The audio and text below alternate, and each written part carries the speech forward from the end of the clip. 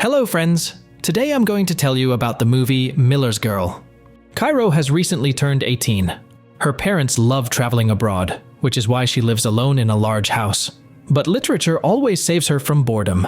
She has only one dream: to become someone's favorite.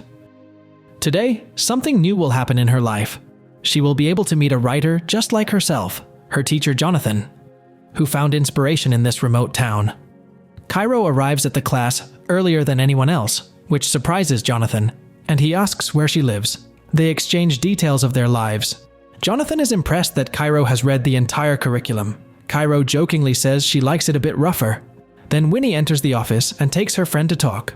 While they are gone, Jonathan looks at Cairo's books. He is distracted by Boris. He immediately realizes that Jonathan is reading the girl's book, as its plot is very vulgar. The boys probably wouldn't be interested in it. Cairo also likes to read a book written by Jonathan.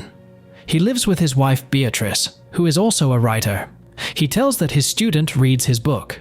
The duo starts dancing, but they are distracted by a call from Emmy. A new day comes. Teachers relax, sitting on a bench and sipping coffee. Boris wonders if ghosts live in the forest. A few seconds later, Cairo comes out of the woods and approaches the teachers. Boris offers cookies, and Jonathan can't take his eyes off Cairo. A little later, Winnie tries to get Boris's attention. She directly says that she is interested in their communication. Cairo calls her scattered. After the lessons, the friends gather together.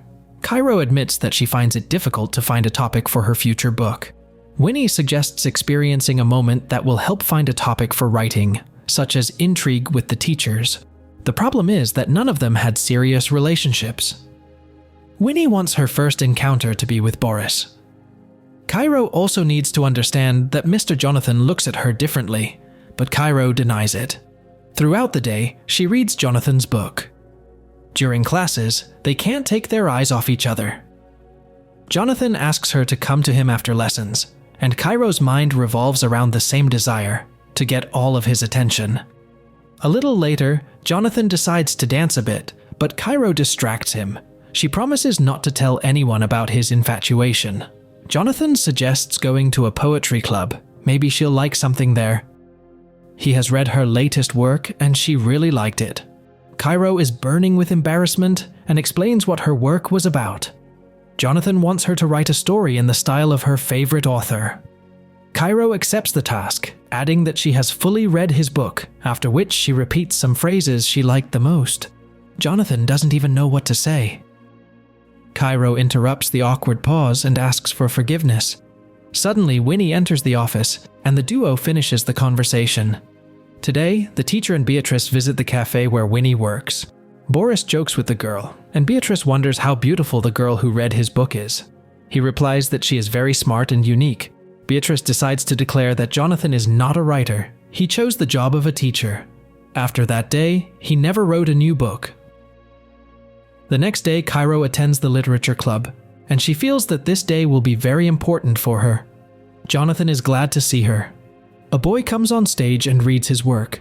Jonathan listens to him attentively, while Cairo looks only at Jonathan. The next day, she brings coffee to the teachers. Boris shares his cookies. Cairo doesn't understand why Boris makes such delicious cookies, but she doesn't tell anyone about it. He could sell them. Winnie knows how to make logos. Later, the girls went to Jonathan's office. He says he's going on vacation with his wife. Winnie sees how the duo communicates with each other, and when the teachers leave, she suggests to Cairo to take the first step and tempt Jonathan. Their conversation is interrupted by Boris. He decided to sell cookies. Winnie quickly joins their team. She just needs his number. On this day, Cairo calls Jonathan. He promises to visit her before leaving. Cairo reflects that when love is real, it is quiet and unyielding. A few hours later, Jonathan arrives at Cairo's house. She comes out of the house in a white dress. Jonathan can't take his eyes off her as she approaches him. Cairo stops and asks him to come closer. Jonathan still stands in place, and then Cairo takes the first step with the next kiss. When he returned home, he constantly received messages from Cairo. Beatrice is irritated by the notifications, which prompts Jonathan to go out to the shed. There, he begins to read Cairo's new book. He becomes engrossed and imagines that the main characters are them. Unable to resist, he does something dirty. A new day arrives. Cairo notices Jonathan's strange behavior and asks what's wrong with him. Jonathan replies that she needs to choose a new author. She insists that he asked her to write a book on a topic she knows. Jonathan asks if it's true that she knows it. Cairo replies that it's about them. Cairo describes it as about two similar people who reject social constraints. However, Jonathan still considers this book too adult. Cairo is convinced that he is too scared. They are no longer strangers. Jonathan tries to explain that she is his student, and he is a teacher.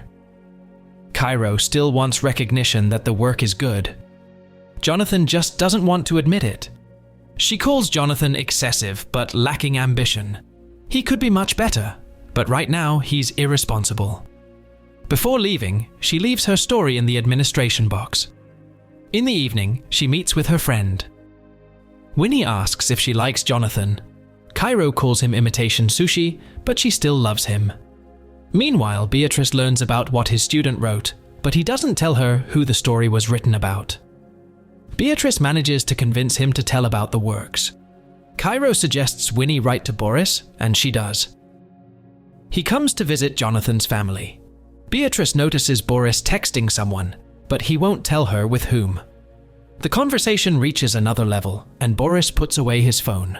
The administration calls Jonathan and accuses him of inappropriate relations with Cairo. He realizes that if she manages to prove something, he will lose his job. Beatrice adds that not only his job, but more, and asks him to tell the truth. Jonathan swears that nothing happened. The next day, Cairo skips classes. Winnie looks very upset. She tries to make Jonathan feel guilty, but he looks as cold as possible. Later, Cairo goes to the principal and describes their adventures. Jonathan has to defend himself. He's lucky that their stories coincide. During the break, Boris realizes that Jonathan has fallen in love with Cairo. He was unlucky because he doesn't see the boundary that shouldn't be crossed. This led to such a difficult situation. When Beatrice returns home, she starts asking her questions. Beatrice doesn't believe his lies. Jonathan couldn't deny that there was a spark between him and Cairo. This was the last straw. Beatrice decides to file for divorce. Winnie goes to Cairo and asks her not to harm Jonathan. It will ruin his life. And it's all because he rejected her. Winnie stands up for Jonathan and says that Cairo is lying. She quickly responds that Winnie won't be able to do it. She has dirt on her and Boris. When Cairo finishes writing the book about her and Jonathan, the film ends.